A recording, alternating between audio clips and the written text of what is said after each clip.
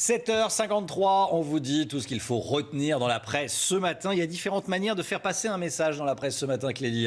Il y a ceux tout d'abord qui se mettent nus. Ça a le mérite de marquer les esprits. Portrait de Victoria Bateman à l'Irlande de Libération ce matin. Cette brillante économiste enseignante à Cambridge est farouchement opposée au Brexit.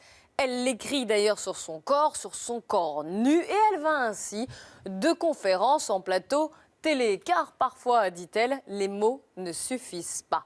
Elle n'a pas la nudité légère, précise le journal, n'a rien d'une exhibitionniste et ne s'identifie pas du tout aux fémènes. Rassurez-vous, il y a d'autres moyens de s'exprimer. Voyez cette initiative de Guillaume Clossard, rapportée par le Parisien aujourd'hui en France. À quelques semaines des Européennes, il a lancé une consultation sur Internet intitulée We Europeans sur le mode du grand débat pour recueillir les propositions des habitants des 27 pays membres pour donc réinventer l'Europe. Plus de 1,7 million de personnes ont répondu. Et parmi les idées plébiscitées, on trouve 1. Créer un programme de recyclage européen. 2. Interdire aux criminels de travailler dans le secteur public. 3. Protéger les forêts.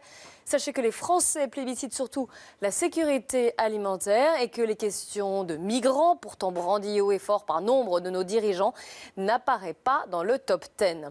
Pour faire passer son message, lui, il a envoyé une feuille de mission. Le Figaro s'est procuré les instructions données par Christophe Castaner à Didier Lallement, tout nouveau préfet de police de Paris. Donc, feuille de route pour demain et les mois à venir. Il y a une phrase qui résume tout.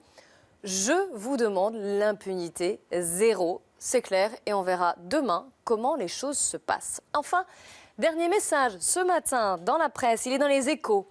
Arrêtez d'être con. Oui, ça nuit à la croissance harmonieuse de nos sociétés.